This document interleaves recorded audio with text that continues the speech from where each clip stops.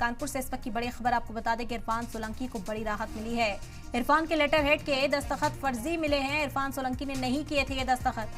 Handwriting expert की report में बड़ा इंकशाफ हो गया है। इरफान की राइटिंग से नहीं मिले हैं लेटर हेड के दस्तखत। बांग्लादेशी को भारतीय शहरियत दिलवाने का इल्जाम लगाया गया था, जो अब जिस पर राहत मिलती हुई इरफान सोलंकी को नजर आ रही है। इरफान के लेटर हेड के शहरियत दिलवाने के इल्जाम लगाए गए थे, लेकिन अब इरफान सोलंकी को इस मामले में राहत मिलती हुई दिखाई दे रही है। बता दें कि लेटर हेड पर जो दस्तखत थे वो इरफान सोलंकी की हैंडराइटिंग से मैच नहीं किए हैं। हैंडराइटिंग एक्सपर्ट की रिपोर्ट में इस बात का इंकशाफ हुआ है कि ये साइन इरफान सोलंकी के नहीं है, जिसके बाद इरफान सोलंकी को बड़ी राहत मिल गई है। इस मामले में बता दें ये पूरा मामला जुड़ा हुआ था बांग्लादेशी को भारतीय शहरियत दिलवाने से।